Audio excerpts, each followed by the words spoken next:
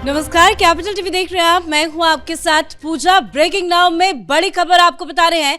Iran, Israel और America के बीच में युद्ध चरम पर जारी है। युद्ध का 15वां दिन है, लेकिन संघर्ष अभी भी बरकरार है। लेकिन बीती रात अमेरिका की तरफ से ईरान पर जोरदार हमला किया गया।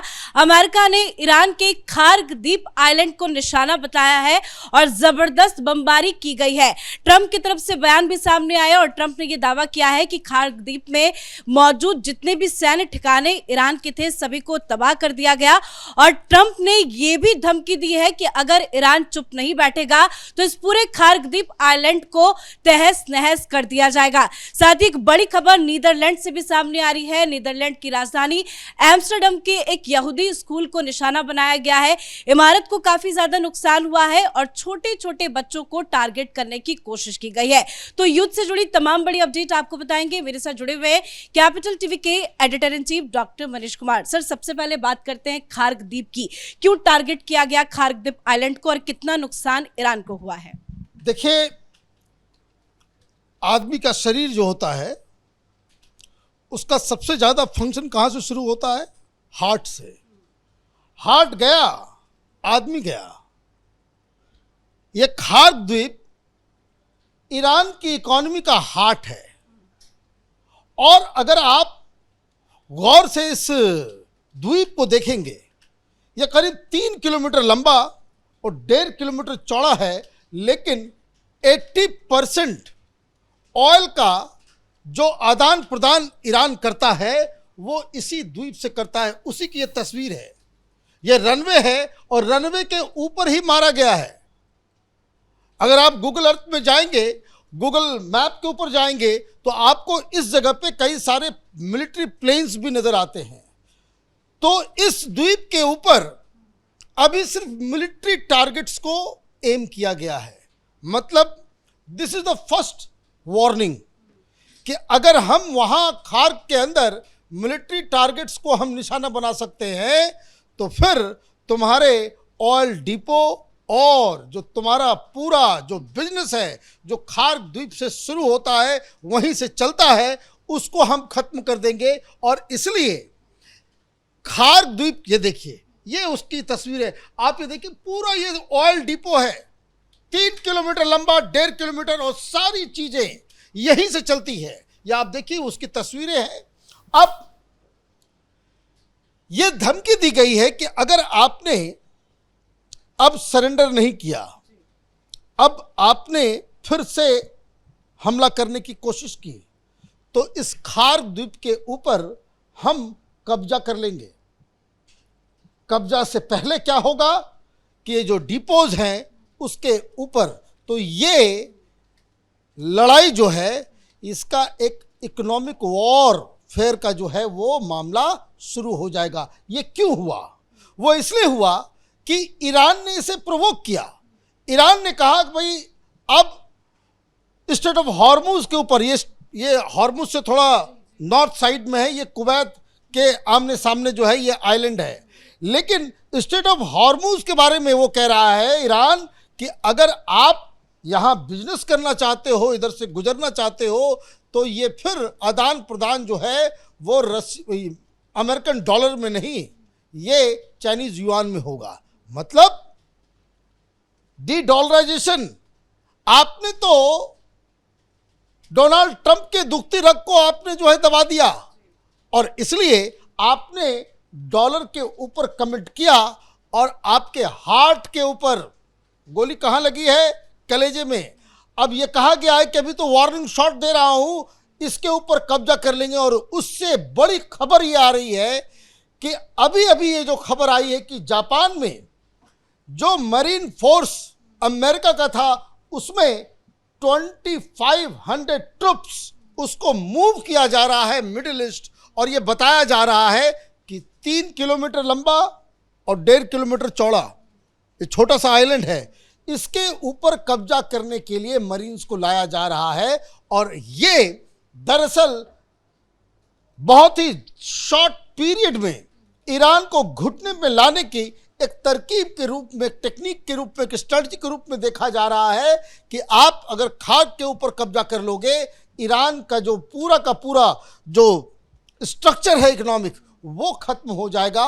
और इसके बाद बताया जा रहा है कि ये अब अमेरिका की तरफ से जो तैयारी चल रही है वो ये कि ग्राउंड में तो हम लोगों को आएंगे लेकर के आएंगे नहीं, बहुत ही बड़ा मुल्क है तो क्यों ना जो स्ट्रेटजिक लोकेशन है उसके ऊपर कब्जा किया जाए। और इसीलिए जो कहा जा रहा था कि हमने तो सब कुछ खत्म कर दिया, अब तो सब कुछ जो है बर्बाद हमने कर दिया, अब उसके पास कुछ बचा नहीं है, तो ये जो स्ट्रेट ऑफ हॉर्मुज, क्योंकि अमेरिका के ऊपर यही दबाव है कि ये जो ऑयल का जो रास्ता जो बंद हुआ है, पूरी दुनिया से दबाव अमेरिका के ऊपर है। अब सारी क्राइसिस के दौरान अब अमेरिका को ये लग रहा है कि पूरी दुनिया आपके खिलाफ हो जाएगी। अब देखिए कितना बड़ा यू टर्न लिया डोनाल्ड ट्रंप ने, भारत को कहा कि भाई अब रूस से ले लो, रूस से ऑयल खरीदो जितना खरीदना है, यूरोप को भी कहा कि भाई लो अब, अदरवाइज ये जो क्राइसिस जो है वो इतना दूर तक जाएगा कि पूरी दुनिया में त्राहिमाम जो है होने लग जाएगा।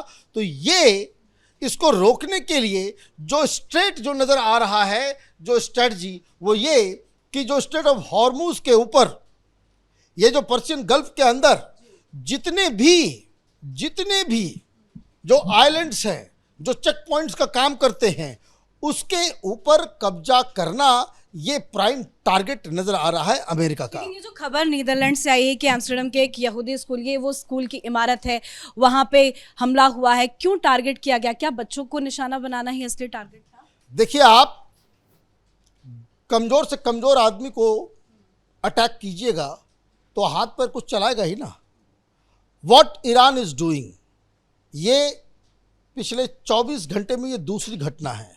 एक मिशिगन में हुआ, एक ज्यूज टेम्पल सिनेगॉग के अंदर जो है वो एक आतंकवादी वो कार लेकर के अंदर घुस गया। वो तो भला हो वहाँ पे मौजूद जो सिक्योरिटी ऑफिसर्स थे वो कार से बाहर निकल पाता कि उसको मार दिया गया। अदरवाइज बाद में ये मालूम चला कि बहुत सारा विस्फोटक वो अपनी कार में रखा हुआ था, मतलब वो वहाँ पे ज्यूज को मारने के लिए गया हुआ था। लेकिन अब नीदरलैंड से खबर आ रही है कि एम्स्टर्डम के अंदर में आप बच्चों के स्कूल को जो आपने टारगेट कर लिया, और ये भी वो उस तरह की घटना नजर आ रही है।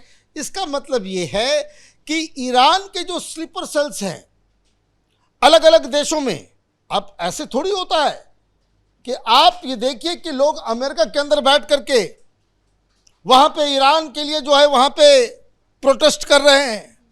वो वहाँ के जो मुस्लिम समुदाय के लोग हैं, जो ऑर्गेनाइजेशन हैं, वो अमेरिका के खिलाफ, वो हैं अमेरिकन सिटीजन, लेकिन मुस्लिम्स हैं, वो शिया हैं। और इसलिए ये जो स्लीपर सेल की बात हो रही है कि उसको एक्टिवेट किया गया है। और ये बात 2 दिन पहले प्रेस कॉन्फ्रेंस में अमेरिका की तरफ से ये कहा गया था, व्हाइट हाउस की तरफ से, कि we are aware that Iran जो है वो दुनिया भर में और ख़ास करके नाटो कंट्रीज़ के अंदर जो अपने स्लीपर सेल्स बिठा रखे हैं उसको एक्टिवेट करने की कोशिश कर रहा है। और यहाँ तक ये जानकारी आ रही है कि चाहे वो लॉस एंजलिस हो या फिर कैलिफोर्निया हो, जो ईस्टर्न जो बैंक्स हैं अमेरिका का, उधर के शहरों में वहाँ इस तरह के आतंकी हमले हो सकते हैं। और ये कहा गया कि भाई हम लोग उसको लेकर के अलर्ट हैं। तो नीदरलैंड की घटना, इसका मतलब आप ये यूरोप जो है इसमें इन्वॉल्व हो रहा है। तो कहने का मतलब ये है कि जैसे जैसे समय बीतता जा रहा है ईरान का फायर पावर भी कम हो रहा है। अब देखिए 22,000 हमले हुए हैं, 22,000 अटैक्स। कहाँ टारगेट किया गया? जहाँ मिसाइल आप रखते हो, जहाँ मिसाइल का कारखाना है, जहाँ आप बनाते हो। सिर्फ मिसाइल तो ऐसा नहीं कि कोई जगह पे एक आदमी खड़ा होकर के, मिसाइल को बनाने के लिए जो जगह जगह अलग अलग जो उसमें इनपुट्स लगते हैं, अलग अलग कंपोनेंट्स जो जहां जहां बन रहा है ईरान के अंदर में, ये सब टारगेट किया गया है कि आपकी मिसाइल बनाने की कैपेसिटी उसको ही खत्म कर दिया जाए। ये बाकायदा इसको टारगेट करके लोग सोच रहे हैं कि भाई कहाँ अटैक हो रहा है, कहाँ बॉम्ब मार रहे हो। तो ये उस तरह के स्ट्रेटजी के ऊपर इन लोगों ने काम किया है। तो कहने का मतलब क्या है कि ईरान के पास अभी बनाने के लिए मिसाइल बनाने की टेक्नोलॉजी तो है, लेकिन कंपोनेंट्स बनाने के लिए जो फैक्ट्रियां, जो जगह सारी जो है वो तबाह कर दिए गए, आपके न्यूक्लियर आर्सेनल जो है। तो इसका मतलब ये है कि धीरे धीरे आपकी अटैक करने की कैपेसिटी वो खत्म होगी। नेवी खत्म हो चुका, एयरफोर्स खत्म हो चुका।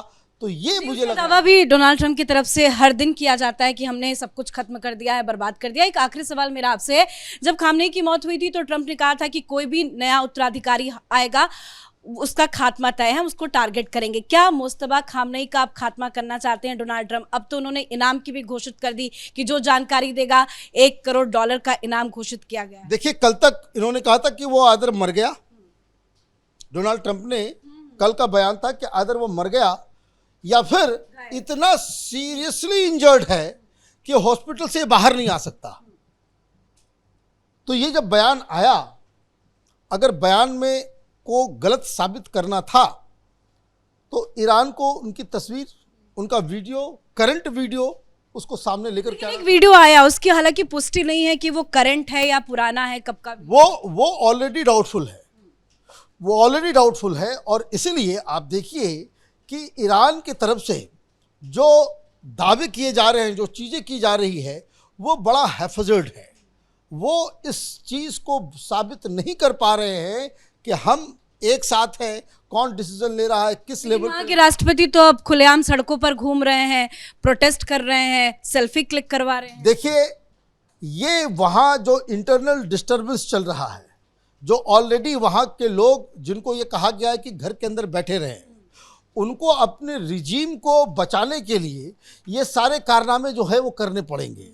और एक बार आपने कर दिया, इजराइल की तरफ से भी कहा गया है कि अगली बार करोगे तो फिर बर्दाश्त नहीं होगा, फिर आपको जो है वो। और देखिए, जो रैली कल निकली थी तो वो रैली निकल रही है और पीछे ब्लास्ट हुआ और अचानक ये लोग अफरा तफरी और लोग भाग गए। तो मुझे लग रहा है कि अभी दोनों ही तरफ से जो बेसिक चीज़ ये है कि दोनों ही तरफ से कोई झुकने को तैयार नहीं है। जितना लंबा ये चलेगा, ईरान को उतना ज़्यादा नुकसान झेलना पड़ेगा। और कितने लोग, अभी तक आप देखिए, इंटरनेट नहीं चल रहा वहाँ,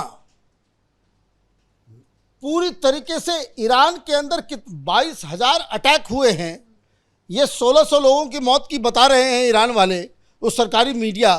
अंदर क्या क्या नुकसान हुआ है, अंदर क्या चल रहा है, ये पूरी तरीके से डार्क में रखा गया है।